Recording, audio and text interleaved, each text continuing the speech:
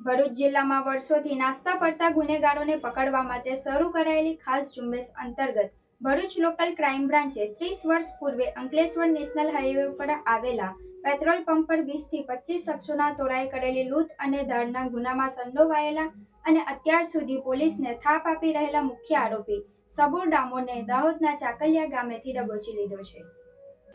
30 December 1995ની વહેલી સવારે Ankleshwar national highway પર આવેલા સારંગ પેટ્રોલ પંપ પર ધાડનો બનાવ બન્યો હતો। 20 થી 25 અજાણ્યા શખ્સોના ટોળાએ પથ્થરમારો કરી ઓફિસમાં તોડફોડ મચાવી કર્મચારીઓને ઈજા પહોંચાડી હતી। આ ટોળું કાઉન્ટરમાંથી રોકડ અને ચીજવસ્તુઓ મળી કુલ ₹45,000ની મત્તા લૂંટીને ફરાર થઈ ગયું હતું। આ ગંભીર ગુનામાં સબૂર રાવલભાઈ ડામોર નામનો શખ્સ છેલ્લા 3 દાયકાથી પોલીસ પકડથી દૂર હતો।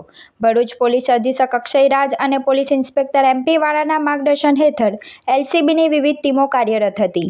આ દરમિયાન ટેકનિકલ સર્વેલન્સ અને હ્યુમન ઇન્ટેલિજન્સ દ્વારા ચોક્કસ બાતમી મળી હતી કે આ ગુનાનો વોન્ટેડ આરોપી સબૂર ડામોર હાલ દાહોદના ચાકલિયા ગામે છુપાયેલો છે।